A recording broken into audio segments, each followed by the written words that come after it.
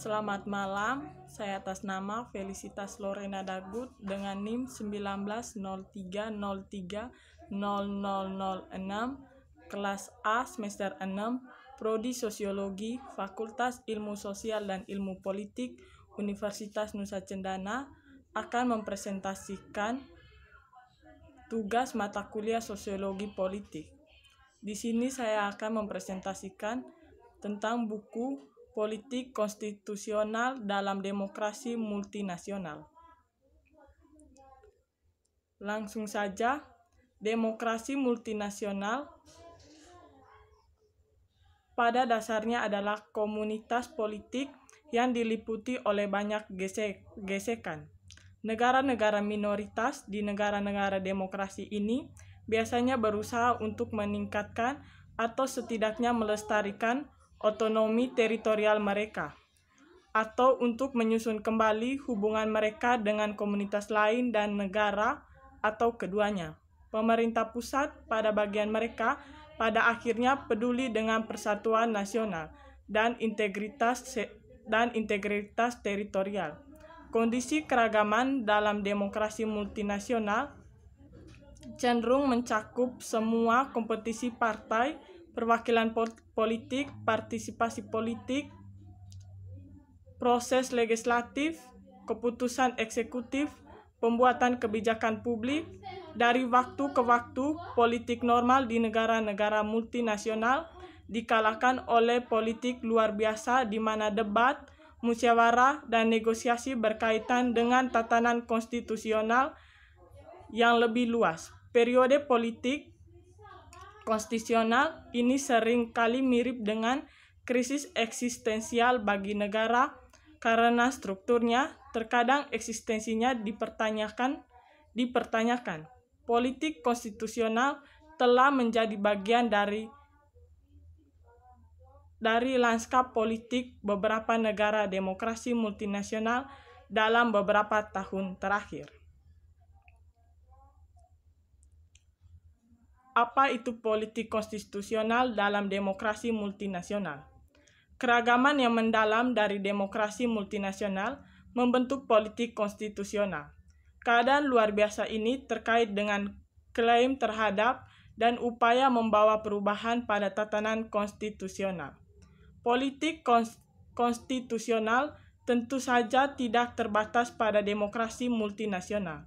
Tatanan konstitusional demokrasi saja tidak terbatas pada demokrasi multinasional.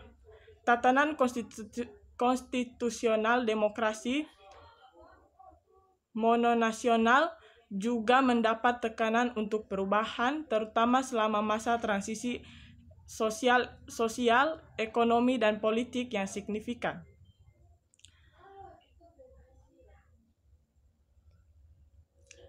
Dan perdebatan tentang pertanyaan sosial dan politik yang mendasar mungkin melibatkan klaim untuk reformasi konstitusi.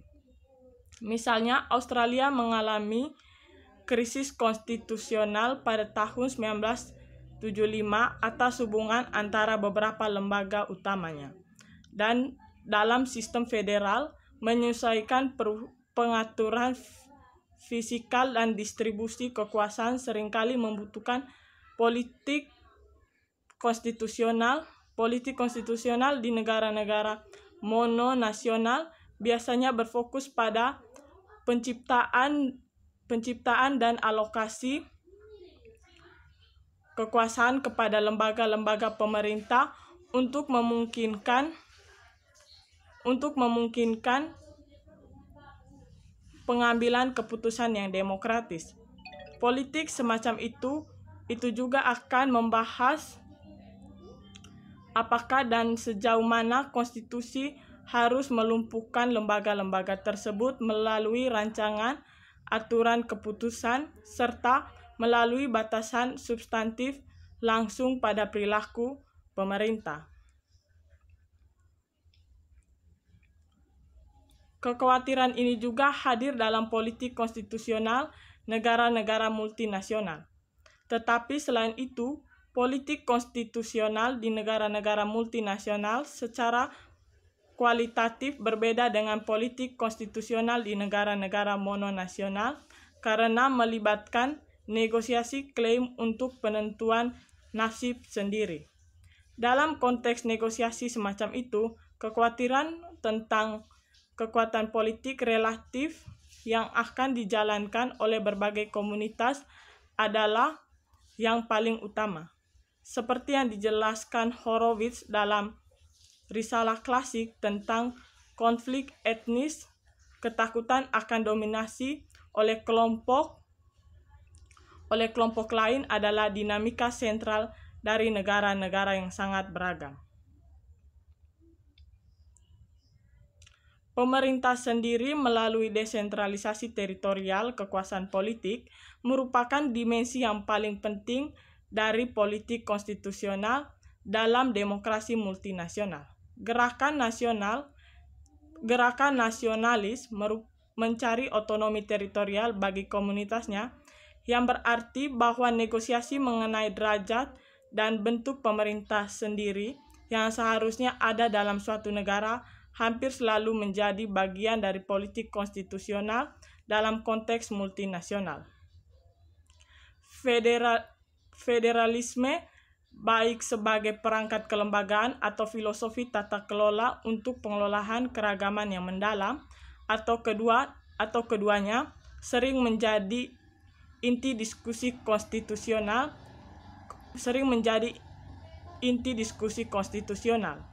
Ini dikatakan aturan bersama, yaitu prinsip-prinsip pengaturan dan institusi yang melaluinya semua komunitas negara multinasional menjalankan kekuasaan politik di dalam institusi pusat juga dapat menjadi komponen penting dari politik konstitusional. Memang negara-negara minoritas selain mencari otonomi, mungkin juga menginginkan beberapa aturan yang menjamin partisipasi mereka dalam pemerintahan negara pusat. Siapa aktor politik konstitusional di demokrasi multinasional? Konstitusi sering digambarkan sebagai tawar-menawar, yang berarti bahwa politik konstitusional adalah proses yang berpusat pada aktor. Agensi dalam politik konstitusional negara multinasional dapat dilihat dalam berbagai cara. Dari perspektif multinasional yang ketat, orang dapat melihat berbagai negara terlibat dalam definisi atau definisi ulang hubungan mereka dengan negara dan satu sama lain.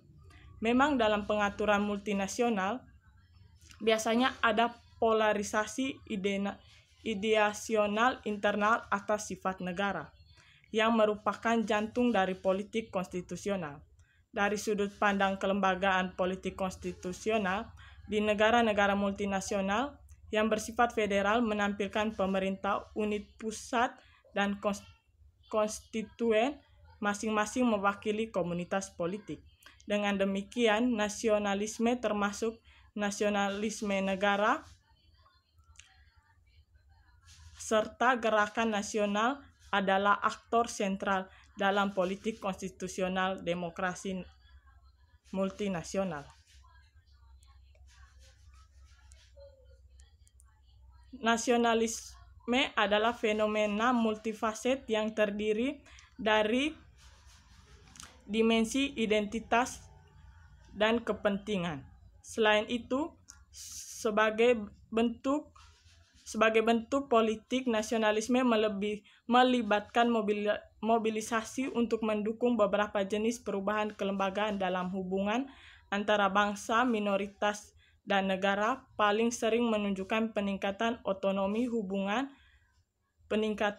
otonomi teritorial. Masing-masing dimensi nasionalisme ini menyusun politik konstitusional di negara-negara multinasional. Nasionalisme mungkin pertama dan terutama merupakan jenis politik identitas, simbol dan narasi yang menyempurnakan identitas nasional komunitas mereka adalah bagian penting dari politik gerakan nasional manapun. Oleh karena itu, politik konstitusional yang berurusan dengan pertanyaan identitas dapat menjadi sangat sulit dan sensitif karena kompromi pada identitas lebih sulit daripada kepentingan material atau bahkan akomodasi institusional. Memang di beberapa negara bagian, termasuk negara-negara demokratis pasca konflik, gagasan pengakuan keragaman nasional sering dipandang sebagai langkah pertama menuju disintegrasi. Sekian presentasi dari saya. Mohon maaf apabila ada pengucapan salah kata. Terima kasih atas perhatiannya. Selamat malam.